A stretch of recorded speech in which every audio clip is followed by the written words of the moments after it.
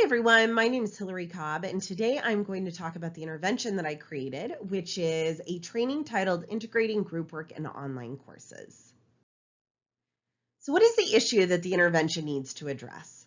Well, there's been a lot of work looking at the role of collaborative learning when it comes to students. And so what they find is that collaborative learning in courses, whether it's in person or online, increases student engagement with the course, their peers, and their overall learning process. So some examples of those activities might be things like discussion boards, role plays, or group projects.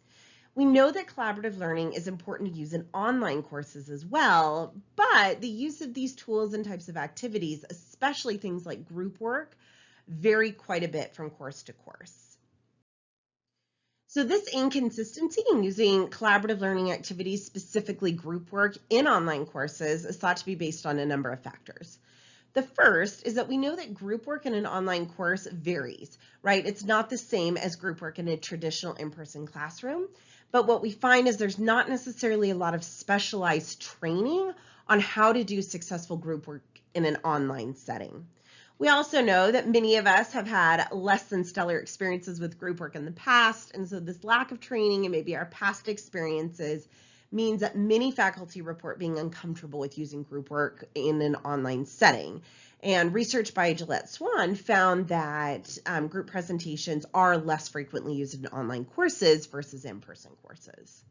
The other concern is even though there are some trainings on group work in online courses, they may not use best practices, right? Often they're like pre-recorded or they're asynchronous and they lack the elements that are important for, effective educational experience. And so this project is use the community of inquiry framework as a way to gauge successful and effective learning. And so a lot of those trainings, they don't have social presence, there's no teacher engagement, and they're not necessarily real stimulating cognitively, meaning they may not be the most effective way to teach group work.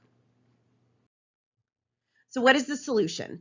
The solution that I came up with is a 3-hour synchronous, so live online training that talks about best practices for integrating group work in online courses. And it's really aimed at online adjunct instructors and faculty. So those who are specifically using group work in an online course setting. The training itself has the 3 elements using the community of inquiry framework: social presence, teaching presence, and cognitive presence, with the idea that when faculty members attend a course using those elements, they kind of experientially learn what it's like, and it increases their comfort level in using it in their own classes.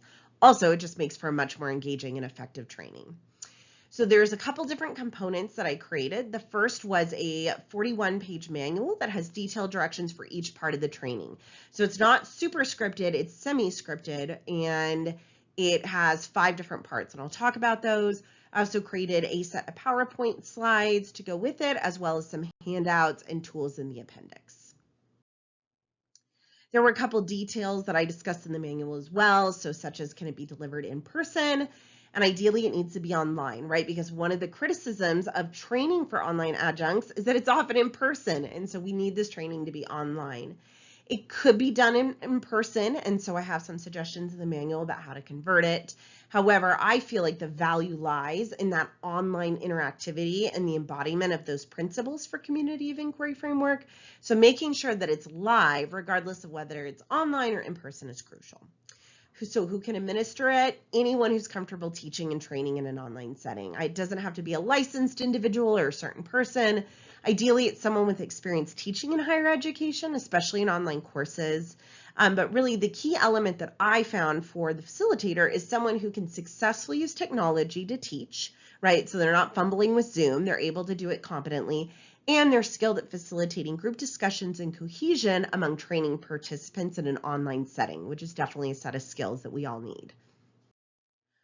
So the structure of my 3-hour training is broken into 5 different parts covering 4 main topics. So the first part is welcome, introductions, and goals. So it's not listed under today's topics because this is when you're first welcoming participants. And so the goals, I have learning objectives for each section, are to provide an overview of the training, to build those expectations, and to build rapport and connection between training participants. We're really emphasizing social presence in this intervention. And so there's some details about how to do that in a series of activities. The second part is why group work. So this is really, it's more of a psychoeducational component. It talks about what the community of inquiry framework looks like, and helps individuals kind of create this clear understanding of the definition, examples, and benefits of group work. Why should we even use it in the first place?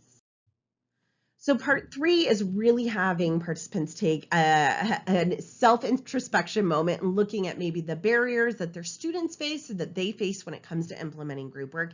And what is some of the bias that we bring? Maybe you had bad experiences when you were in school with group work, and maybe you have this now bias or belief that group work's not helpful, it's not graded correctly, and it's not beneficial. So we really have some activities for introspection and discussion to identify what those barriers and bias are. And then we also look at the research itself. What does the research show some common barriers and bias are when it comes to implementing group work? Part 4 is kind of the meat of the intervention. It is a set of key considerations for participants to look at. There's 5 key considerations that were identified, things that they should reflect on when using group work on an online course. Things like what group size should they use? What types of group projects? How do we prioritize that? So it really gets the participants thinking about the process, things to consider before putting group work into their online course. And then, of course, I include a lot of information about the current research and recommendations around best practices in online settings. And then the last part is part 5, and that's really a practical application. This is where that cognitive presence comes in, really challenging our participants to problem solve and wrap up. So they have to do some activities where they apply the 5 key considerations to their own practice and how they might use this in an online class. And they work together in groups to identify any challenges or barriers participants could face or their students can face and problem solve ways to overcome those.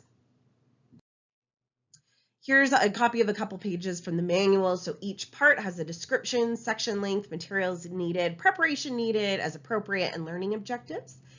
And then it goes through and it matches slide by slide. So welcome and training overview takes about 10 minutes, slides 1 through 4. And so there's directions for each slide.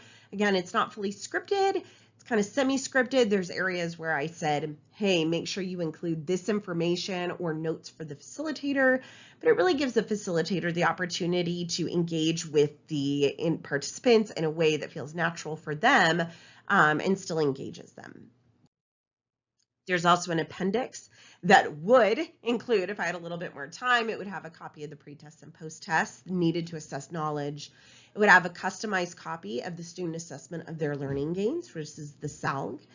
It has a copy of the PDF handout of the slides for participants. So you can see those are the slides. They've got areas for notes. So in the preparation, this is something that the trainer would send out to participants prior to the training.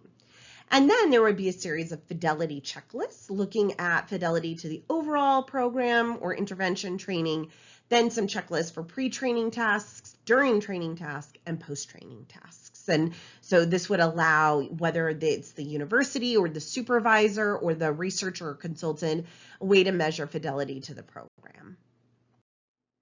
So thank you so much for listening to me talk about my intervention. If you have any questions, comments, or thoughts, you can email me or post in the discussion board. And then the next page is some references. Thanks.